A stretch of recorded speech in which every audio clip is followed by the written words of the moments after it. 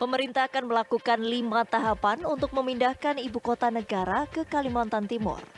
Sebelumnya, Presiden RI Joko Widodo menegaskan pemindahan ibu kota baru sebagai bentuk transformasi besar-besaran Indonesia untuk beralih ke ekonomi hijau dan digital. Ibu kota negara baru ini membutuhkan anggaran sebesar 466 triliun rupiah. Pemindahan kementerian dan lembaga ke ibu kota baru, di mana ini ada sejumlah kementerian yang mengawali perpindahan, Kementerian Dalam Negeri, Kementerian Luar Negeri, Kementerian Pertahanan, dan Kementerian Sekretariat Negara.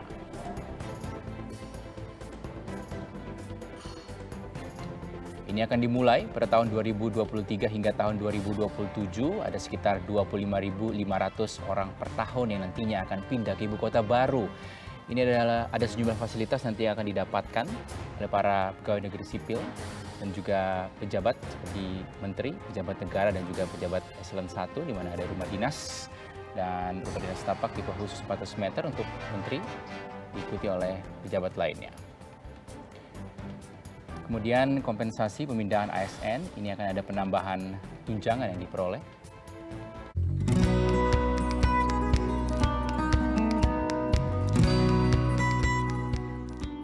Pembangunan ibu kota negara baru yang akan kembali dilaksanakan dalam waktu dekat diprediksi akan membuat harga tanah di IKN akan naik.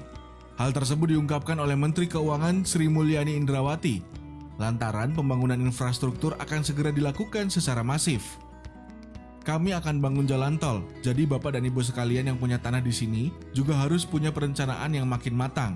Karena hidup di lokasi ini benar-benar akan berubah dengan hadirnya IKN, ujar Sri Mulyani dalam acara penandatanganan prasasti penanda aset SBSN di Balikpapan, Kalimantan Timur.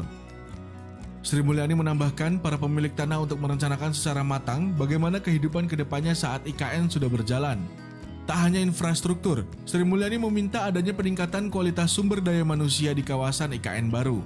Peningkatan ini bisa dilakukan dengan kerjasama dengan Institut Teknologi atau Universitas di Kalimantan. Disinilah peran penting dari lembaga pendidikan tinggi untuk menyukseskan pembangunan IKN baru dari sisi SDM. Siapkan SDM-nya karena ekonomi bisa maju karena infrastruktur, dibangun adanya kantor, jembatan, tapi kalau rakyatnya tertinggal, itu ngenes, itu tidak bagus dan tidak berkelanjutan, tegasnya. Sementara itu, aset-aset negara di Jakarta yang akan ditinggalkan masih akan dikelola pemerintah. Aturan ini akan diatur dalam undang-undang yang akan segera diselesaikan pemerintah beserta DPR RI. Undang-undang ini akan mengatur tentang pelaksanaan proyek IKN, pembiayaan, dan pemanfaatan aset-aset yang selama ini digunakan kementerian atau lembaga di Jakarta. 15 km dari ibu kota negara Nusantara yang baru. Ini kami sudah mulai melihat bagaimana ada papan reklame penjual tanah untuk bagaimana nanti masyarakat yang akan berpindah dari Jakarta ataupun luar daerah lainnya untuk tinggal di sekitar ibu kota negara yang baru. Dan ini kita bisa lihat bagaimana ada PT Inti Karya Nasional tertulis sebagai real estate ataupun development yang telah menjual kafling ASN di Jalan Negara Bukit Raya Sepaku, Kabupaten Penajem Pasar Utara, Kalimantan Timur. Dan kita akan lihat bagaimana ke depan akan ada beberapa papan reklame penjual lahan di sekitar ibu kota negara yang baru. Dan benar saja, mendekati wilayah ibu kota negara baru, tepatnya di Kecamatan Sepaku, terlihat masih banyak papan reklame yang terpasang di pinggir jalan dengan lahan kosong lengkap dengan nomor kontak serta luas bangunan yang dimiliki pemilik tanah. Kami mencoba untuk mengontak salah satu pemilik tanah yang tertera dalam papan reklame tersebut dan terhubung dengan Santoso.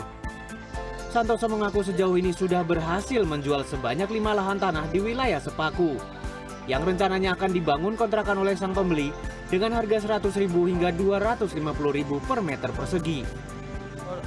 Kalau dulu di tahun 2015 sampai 2018 ya, itu masih belum ditetapkan masalah IKN ini. Yang jelas harga itu kalau di jalan provinsi atau jalan lingkar ini, yang jelas hanya 100 itu pun sulit kita ibaratnya.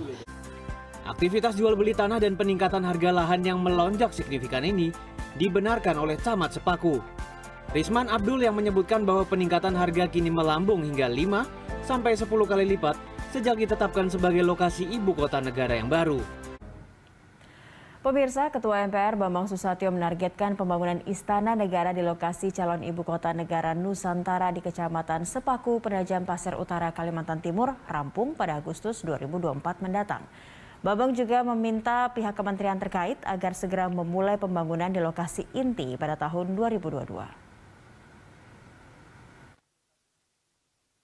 Di sela-sela meninjau lokasi titik 0 km serta lokasi inti calon pembangunan Istana Negara yang baru, Ketua MPR Bambang Susatyo mengatakan, pembangunan Istana Negara yang baru secara geografis dan lokasinya dinilai sangat strategis.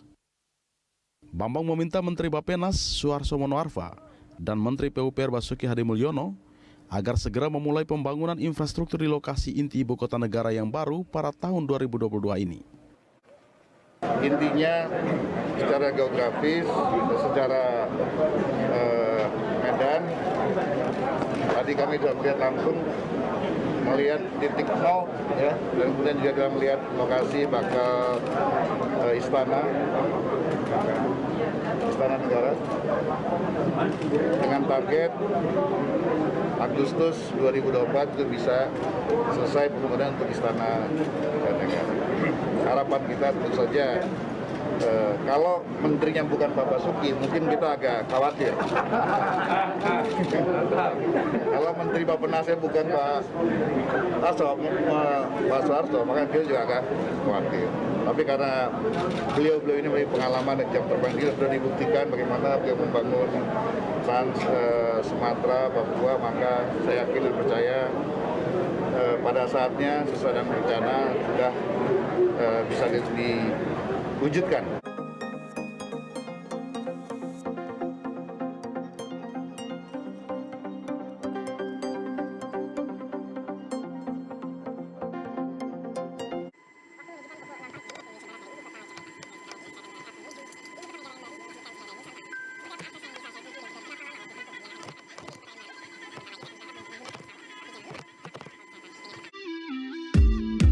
Dari Bandara Sultan Haji Muhammad Sulaiman Sepinggan, Balikpapan, Kalimantan Timur, kami melanjutkan perjalanan lewat jalur darat.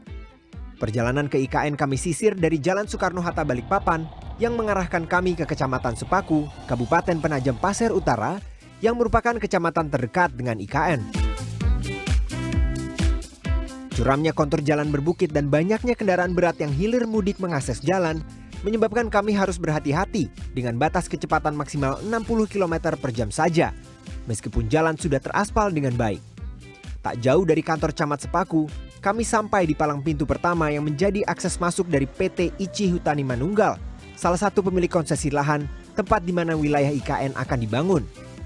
Kami pun harus meminta izin terlebih dahulu kepada security yang berjaga untuk bisa masuk. Setelah berjalan sekitar 2,5 jam dari kota Balikpapan, saya sampai di pintu pertama menuju lokasi pembangunan ibu kota negara Nusantara.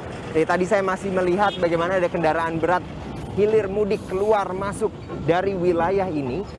Setelah diperbolehkan masuk, kami melintasi jalanan bebatuan dengan pemandangan hutan industri yang dipenuhi dengan pohon akasia mangium dan eukaliptus. Hanya ada beberapa plang penunjuk jalan bertuliskan menara IKN yang ada di lokasi ini.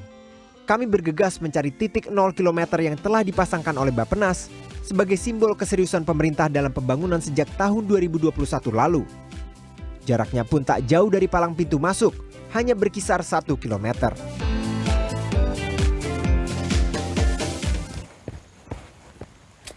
Dan inilah tugu pertama yang dipasang di tempat ini yang menjadi pintu masuk atau titik 0 km bagi masyarakat yang ingin datang di ibu kota Nusantara yang baru. Terlihat bagaimana hamparan luas tanah industri sebesar 256.000 hektar yang nantinya akan dibangun ibu kota Nusantara yang baru.